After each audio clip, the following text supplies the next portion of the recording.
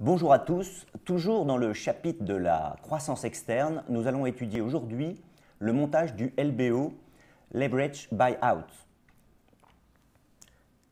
Comme cette partie est un peu longue, j'ai décidé de le scinder en deux.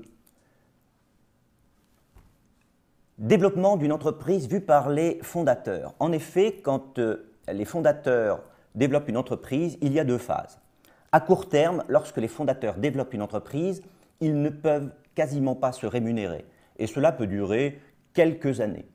À moyen, voire long terme, lorsqu'ils observent que leur entreprise a pris de l'ampleur, c'est le moment où ils peuvent toucher les fruits du développement de leur entreprise. À ce moment-là, il y a plusieurs options. Soit ils se font absorber par un groupe plus grand.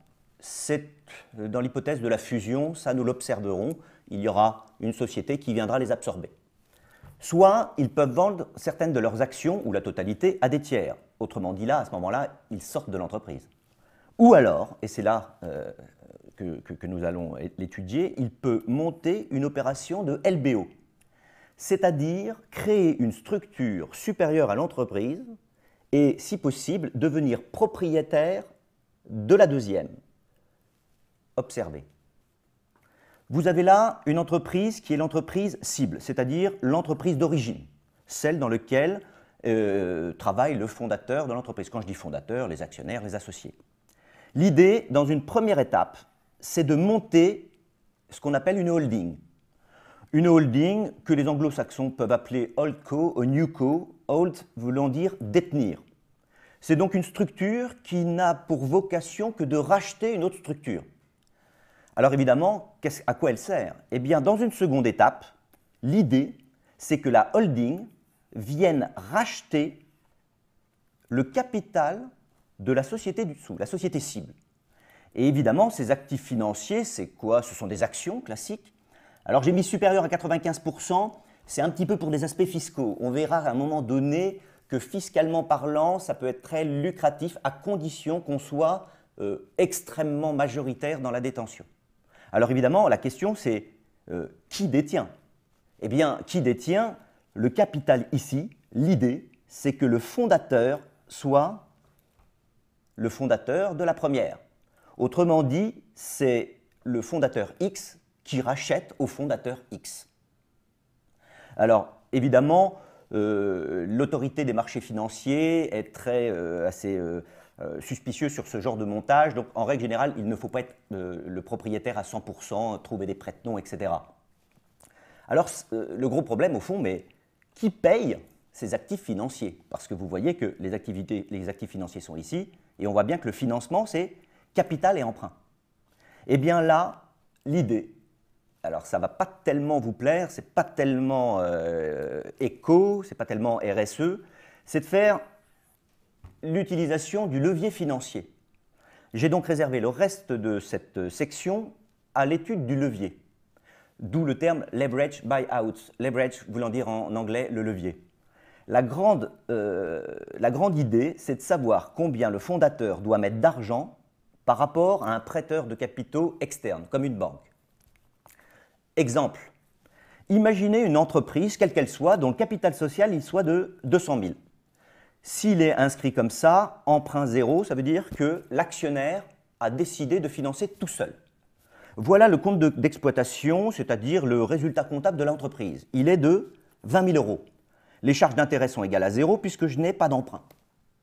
Autrement dit, si je veux calculer la rentabilité de ce qu'a touché l'actionnaire, eh bien c'est simple, regardez bien. La rentabilité, c'est quoi? L'actionnaire a touché 20 000, les 20 000 viennent d'ici, rapporté à sa mise de fonds, 200 000, il a une rentabilité, entre nous, non négligeable de 10%. Je ne connais pas beaucoup déjà de placements qui rapportent du 10%, mais c'est un peu l'exemple de ce qui se produit.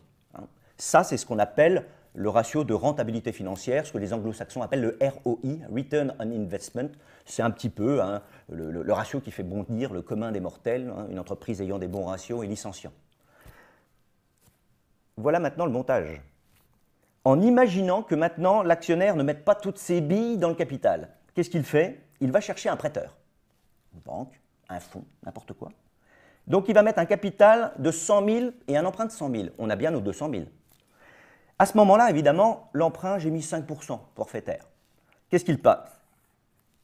Les 100 000 donnent 5 000 € de charge d'intérêt, 5% de 100 000. À ce moment-là, certes, le bénéfice comptable, il n'est plus de 20 000, mais de 15. Mais regardez qu'a fait la rentabilité financière. Maintenant, la rentabilité, c'est 15 000 de bénéfices rapporté à une mise de 100 000. Certes, l'actionnaire y gagne moins en dividendes, mais regardez la rentabilité financière. 100 000 € ont généré 15 000 de bénéfices. Ça fait maintenant du 15%. J'accélère. Maintenant, je ne mets que 10 000. Alors là, il faut que je trouve une banque qui veuille bien mettre la totalité. Il faut trouver quelqu'un qui accepte le risque. Donc, 10 000, qu'est-ce qui se passe? Les 190 000 me génèrent un peu plus d'intérêt. À 5%, ça fait 9 500. La rentabilité, certes, chute, mais alors regardez la finalité pour l'actionnaire. Le bénéfice est de 10 500 € pour une simple mise de 10 000. Ça nous fait une rentabilité financière de 105%. Imaginez, il n'y a pas un placement sur la Terre qui rapporte 105. Imaginez maintenant que j'ai mis 1 € symbolique et 199 999 d'emprunt. J'aurai une rentabilité quasi infinie.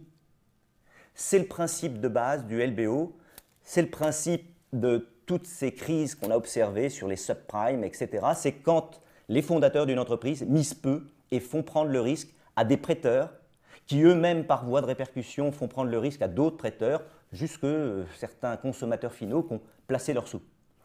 Il nous reste à voir maintenant la finalité du LBO. Merci.